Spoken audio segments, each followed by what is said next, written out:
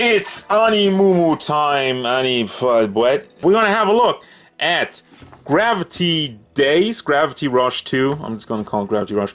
Cat 2.0. I believe there was a cat sold with collector's edition of Gravity Rush 2. If I remember correctly, I'm gonna look that up. I might not look that up, but I'll try.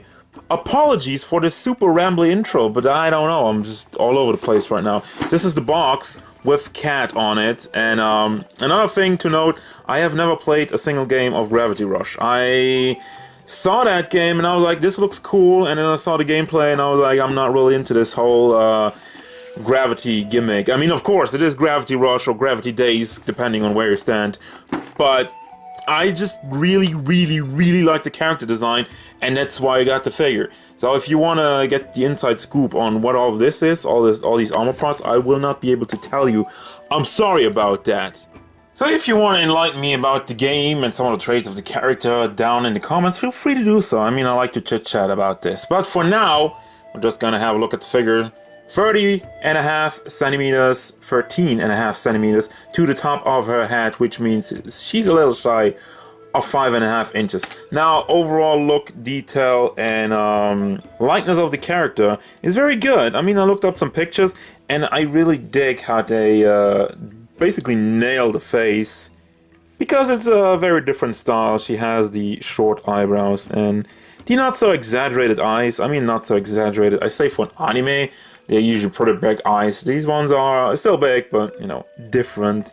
Stubby nose, or what do you call that? Just like nice and rounded. You have all this detail up here in the hair, and it doesn't really line up, as I can see now. You see, it's not completely in there. Well, it's not that noticeable, to be honest. The hair is always floaty, and there's nothing to change that. Which is a little bit of a bummer already. I mean, of course, it is Gravity Rush, so most of the time she's floating around, so having a hair in the wind pose is accurate. It's probably the most accurate they should do, but still, I would have liked to have the option. Other than that, I did put the scarf right on. That's completely removable, but why wouldn't you have a scarf? I mean, it's a big part when she floats around, and her scarf in the wind with the hair always goes up like that. So more detail going on in the chest. I mean, that's just the thing. It's so gorgeous. It looks so nice with all the golden lines going down, and they're very well molded and also nicely painted with the metallic gold going over it and the more light gray, and you really have all kinds of wrinkles. It just looks good. It just looks good and accurate all across the board. Even on her arm pieces, her bracelets over here, the shorts, and the golden thingies wrapping around her legs. How do you even do that? How do you put that on? You have to like pull that apart a little bit and then slide it on your leg. I'm thinking way too deep about this. And her shoes with the heels. Noted that she does not stand very well because of the heels, but it's a Figma. They all have a hole in the back, so you can put it on the base, so there's no problem. I mean, this is definitely a character you would put on a base, so you can float around. Whee! Having a look at the articulation, because we're gonna need that if you want to have some cool poses, some in the wind poses. She can rotate her head all the way around. I mean, you have a ball with two pegs that pegs into the back of the hair. That can go back nicely. Side to side, not so much. I mean, it wiggles around a little bit. It's not super great. And before, I thought you couldn't get the head down because of the scarf, but you have all this room over here, so you can tuck it in there. And that actually looks pretty cool. So you can play around with the scarf. That is nicely done. I like that they left all this space over there. Now the shoulders, design-wise, I'm not the biggest fan of it. You have this big gap over here, which helps it rotate around. That's fine. It just looks kind of awkward. It is on a big ball that kind of connects into another ball in the chest area and then moves around like that. It is functional. You can bring it back and forth. It is not the greatest. I always prefer like having some kind of butterfly joint or something. It packs into the bicep, kind of giving you a bicep swivel. And I actually just wanted to check the motion. It does go up very far. You have a big ball hinge in the shoulder, which is the key feature here. Big. It's kind of too big. I mean, look how it stands out. Once again, design choices are kind of meh here and there. It is on a pack, so you can rotate it around over there as well. Same for the hand. Have the ball joint, the black ball joint, which is Would you have used the black ball joint or a flesh colored ball joint for this one? I don't know. It does work though, once again. Goes back and forth a lot more than I expected it, and rotates around. And it's very fluid. Now we have some motion in the chest area, and this is all nicely molded. I love it when they do that. See, the mold goes up all the way up here, not leaving any ugly gaps, and it always looks good no matter how you spin her around. There's nothing going on over here at the thighs, at the torso, but I like that because if you would have cut this up, you would have lost some of the nice detail, and it wouldn't have lined up anyway. It's just like, I'm okay with that there's nothing over here.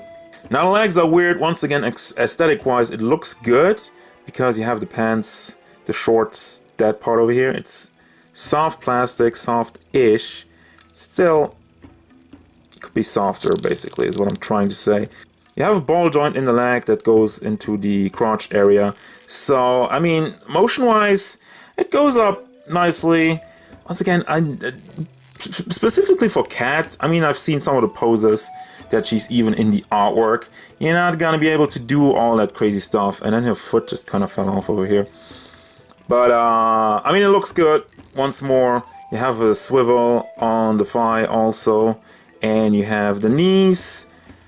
You know, knees will always be knees. I like that it's molded over here. I actually hoped for it to be a better conversion. It looks good, though, when you're not bending it too far. If you're bending it all the way, I mean, it's knees. It's just like, I don't know. I don't know what to do. Nobody's found really a thing, especially for a character that doesn't wear pants or whatnot. If you're making a character that's just, the more naked the character is, the harder it is to make something good that's seen in the shoulders and in the knees. And we basically have a foot on a ball hinge that goes up and down. It does not go side to side because, let's see how this works. It pegs up in there, in the leg, and then down there I'm trying to rotate it around because it's just pegged in, so technically it should rotate around, and it does just a little bit, but it doesn't really have any room to move around, so that's why you're not having anything. And she does not have a toe hinge, but once again, I don't really mind that. I think the shoes and everything look nice. I just don't like this disconnecting. That is for the armor parts though, which brings us to the accessories. So that's actually a lot of accessories, a lot more than I expected for this character. I didn't even know she had all these armor pieces. But first of all, we have two faces, one more surprised face. They both have the open mouth, surprised, and a little bit more angry face. I don't know why she has both open mouth. Why is he not like a smiling face or something like looking to the side? I mean, she does have the smiling face on the figure. I guess that's fair. But she doesn't have a neutral face then. Whatever. So, just two open faces. So we got See-Through Cat, and I keep losing my voice. I apologize for that, but let me have a look at that real quick. It's completely see-through. Has some glitter in it. And no articulation. I thought the tail maybe, but no. Just a simple cat.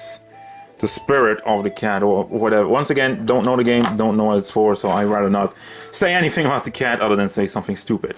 So we have all these armor parts for her legs and knees in the gold variety and like a white, light blue variety. Very nice and glossy. I like it. It's probably not gold because it's not metallic. It's just like, I mean, it's glossy. And of course, you have your standards. Well, first you have your hands.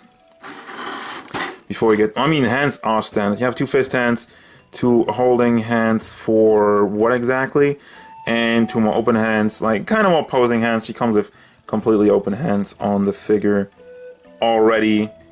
And I really don't know what she's supposed to be holding, like the cat's tail or something. Maybe. There's nothing really to hold here. And you can slide that in. If you want to just drag a cat by the tail, that's cruelty. That's animal cruelty. Don't do that. You have your standards. That's what I wanted to go for earlier. You have your standard Figma base in the packaging. And you have your Figma back. Bonk. And you have your instructions. just showing you these real quick. It's how to assemble, so you can take everything off and put the armor on. Super easy. I mean, we've already had stuff disconnecting. And you have this, which is cool. It's actually great that they added that.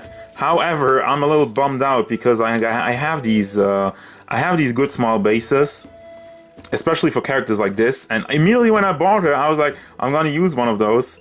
But they deliver one with the character. So overall, it's cool. For me personally, it's just like I've stocked up on these things, and currently I don't really know which characters to use. It's basically so you can snap that onto, you know, like a tray or a table or somewhere, just, you know, have it flying around. That's very cool for this character that they thought about that. It usually has some packs, but this one doesn't have one. I guess you just how do you even connect it? I guess you have to connect the arm to it. Which is kind of dumb, because the regular one has like different packs you can just put on here, but for this one I guess you have to connect this and have some more. I mean, you have some more leverage, you have some more room to play around in, I guess. So that already is gonna bring me to the final thoughts. What do I think about this figure? Worth it. For somebody who doesn't even play the game, I just got it because of the design, and she looks great. They knocked the ball out of the park with that. The only thing you could say is kind of limited mobility, and I don't really like how the shoulders look. But I like what they did with the pants. That does give her some of the limited mobility. Yes, I just talked about how I don't like that. But overall, I prefer a clean look to something that's super articulated. And in this regard, that figure delivers on the look, and it doesn't deliver so much on the articulation, so I'm fine with that. And I just looked at that and I completely forgot the scarf. Did I show you that? You can move that up. I think I did. If I didn't, there it is. You have ball joints and the scarf, so you can move that up. There you go. So recommend it if you do like the character. They have another one coming out, Raven. I don't know about this one. I have my eyes on it, but probably not on release. Maybe later when she drops in price. But overall, cat looks great, and I like it, and I approve of it. So there you go. As usual, guys, thank you very much for watching. Don't forget, if you enjoyed this review, feel free to hit it up with a like, and maybe subscribe to the channel so you can stay tuned for more figure reviews, gameplay stuff, and whatever cat wants. Whee!